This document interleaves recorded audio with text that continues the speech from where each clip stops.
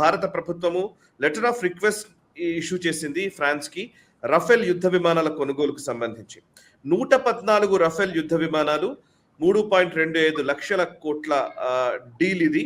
ఇందులో 94 జెట్స్ భారతదేశంలోనే తయారు కాబోతున్నాయి. ఒకసారి ఈ లెటర్ ఆఫ్ రిక్వెస్ట్ వివరాలేంటి అండ్ రఫేల్ ఫైటర్ జెట్స్ మరిన్ని 114 ఫైటర్ జెట్స్ వస్తున్నటువంటి సందర్భంలో ఏ అంశాల గురించి మనం మాట్లాడాలి? అఫ్ కోర్స్ ఫ్రాన్స్ అధినేత ఇమాన్యుయల్ మ్యాక్రోన్ వచ్చినప్పుడు మనం కొంత డిస్కస్ చేశాము, బట్ ఇప్పుడు రీసెంట్ అప్డేట్స్ మనం అర్థం చేసుకోవాలి, చెప్తారా? అంటే మనం గతంలో క్షాత్రంలో ఈ అగ్రిమెంట్ మనం చేయకపోవచ్చు, ఫ్రాన్స్ తోటి మనం ఒప్పందం చేసుకోకుండా ఈ అగ్రిమెంట్ నుంచి వైదొలగేటువంటి అవకాశాలు కూడా లేకపోలేదు అని మనం చర్చించాం. అందుకని ఈరోజు దీని గురించి చర్చించాల్సి వస్తుంది. ఎందుకంటే కనుక మనకు ఫ్రాన్స్ మనకు సోర్స్ కోడ్ ఇవ్వడానికి సిద్ధపడలేదు. సోర్స్ కోడ్ వాళ్ళు ఇవ్వకపోయేసరికి మనము మన అస్త్రాలు అనుసంధానం చేసుకోలేనటువంటి పరిస్థితి వస్తుంది. మనకు ఇప్పుడు మనకు అస్త్రా MK1 ఆల్రెడీ ఆపరేషన్ ఉంది మనకి. అలాగే అస్త్రా MK2 ఇప్పుడు ప్రొడక్షన్లోకి వెళుతుంది. అస్త్రా MK3 రాబోతోంది, టెస్టింగ్ ఫేజ్ లో ఉంది. టెస్టింగ్ ఫేజ్ అయిన తర్వాత మనకు అస్త్రా MK3 రావాలి. అస్త్రా అంటే తెలుసు కదా మనకు air to air beyond visual range missile, BVRAM అంటారు, beyond visual range to air missile. అది భారతదేశంలో మనం తయారు చేసుకున్నటువంటి అస్త్రం అది. అలాగే రష్యా నుంచి కొనబోతున్నాం మనం. 300 కిలోమీటర్ల పైచీలకు BVRAM మనం రష్యా నుంచి కొనబోతున్నాం. అవన్నీ మనం అనుసంధానం చేసుకోవాలి అంటే కనుక వీళ్ళు సోర్స్ కోడ్ ఇవ్వకపోతే మన పరిస్థితి ఏంటి? అందుకనే దాని నుంచి మనం వైదొలగడానికి కూడా సిద్ధపడ్డాం. మనం సిద్ధపడిన తర్వాత వైదొలగడానికి సిద్ధపడ్డాం. వైదొలగితే కనుక అంతవరకు కూడా మనం ఫ్రాన్స్కి ఒత్తిడి తీసుకొచ్చాం. కానీ ఏ దేశం కూడా వాళ్ళ కోర్ టెక్నాలజీని మనకి ఇవ్వరు.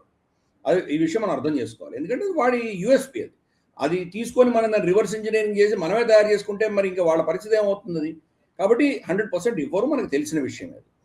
ఇప్పుడు మనకు అర్థమవుతోంది ఏంటంటే కనుక మనము మన అస్త్రాలు అనుసంధానం చేసుకోవడానికి కావాల్సిన అంత స్టాక్ మాత్రమే వాళ్ళు మనకి ఇవ్వడానికి సిద్ధపడ్డారు.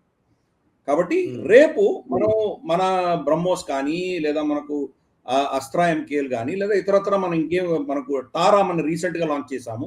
ఇటువంటివి మనం ఏమైనా దాంట్లో అనుసంధానం చేసుకోవాలి అంటే బహుశా మనకు ఆ లేయర్ మాత్రమే వాళ్ళు మనకి ఇవ్వడానికి సిద్ధపడ్డారు.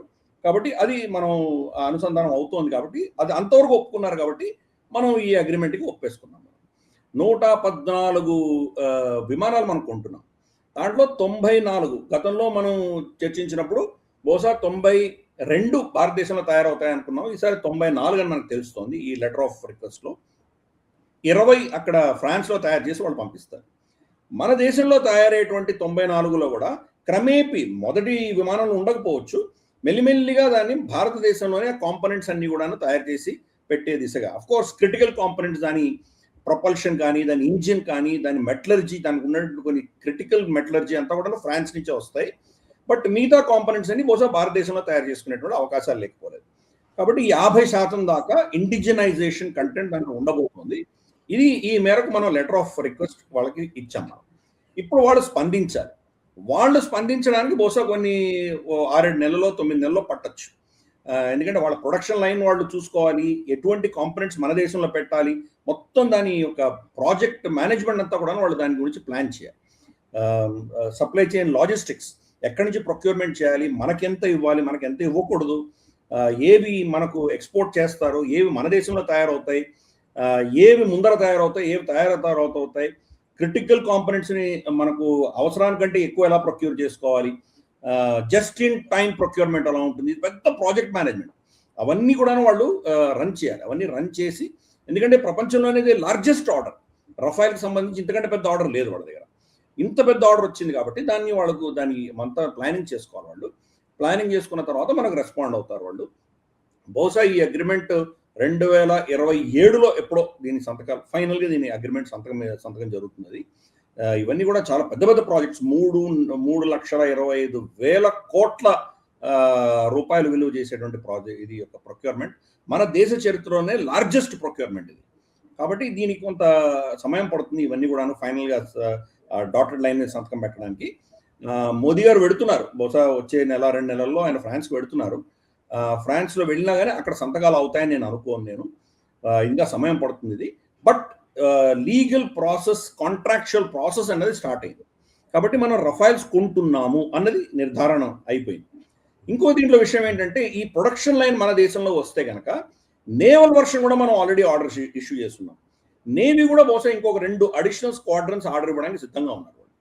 సో రఫైల్స్ యొక్క నేవల్ స్క్వాడ్రన్స్ కూడా మన దేశంలోనే మేడ్ ఇన్ ఇండియా అంటే ఆర్ రెదర్ దాన్ని అసెంబ్ల్డ్ ఇన్ ఇండియా అని అందాం పోని, అది భారతదేశంలో చేసేటువంటి ఒక అవకాశాలు లేకపోలేదు. ఈ 114 కూడా ఇది డెలివరీస్ అయ్యేసరికి బహుశా 2040కి ఐ థింక్ ఈ డెలివరీలన్నీ అవుతాయి. దాని తర్వాత నెక్స్ట్ వర్షన్ కూడా బహుశా దీంట్లోనే ఇంకొక 2-3 స్క్వాడ్రన్లు మనం ఆర్డర్ ఇచ్చినా ఆశ్చర్యపడక్కర్లేదు. సో దీంట్లో ప్యారలల్గా మనం ఏం చేస్తున్నాం అంటే ఆమ్కా ప్రాజెక్టు నడుస్తోంది, 114 రఫైల్స్ ఆర్డర్ ఇచ్చాం మనం, తర్వాత మనకు తేజస్ నడుస్తోంది, దెన్ SU-57E అది కూడా చర్చలు జరుగుతున్నాయి. వాళ్ళు మొత్తం మనకు టెక్నాలజీ ఇస్తామని చెప్పారు. వాళ్ళు స్టాప్ గ్యాప్ అరేంజ్మెంట్కి మనం దాని గురించి కూడా సీరియస్గా ఆలోచన చేస్తున్నాం. అజిత్ దోవల్ గారు మన రష్యాకి మాస్కోకి వెళ్ళి వచ్చినప్పుడు దాని గురించి కూడా చర్చలు జరిగినాయి. బహుశా అది కూడా ఈ సంవత్సరంలో ఎప్పుడో రాబోయే 2-3 నెలల్లో దానికి కూడా చిన్న అనౌన్స్మెంట్ వచ్చేటువంటి అవకాశాలు లేకపోలేదు. మనకు అప్రూవ్డ్ స్క్వాడ్రన్స్ 42 స్క్వాడ్రన్స్, ఒక్కొక్క స్క్వాడ్రన్ రమారమి 18 ఎయిర్ క్రాఫ్ట్స్ ఉంటాయి, ప్లస్ ట్రైనర్స్ ప్లస్ రిడెండెన్సీ ఇవన్నీ యాడ్ చేసుకుంటే బహుశా 20 ఉండొచ్చు. అటువంటిది మనకు 42 ఆఫీషియల్లీ అప్రూవ్డ్ స్క్వాడ్రన్స్.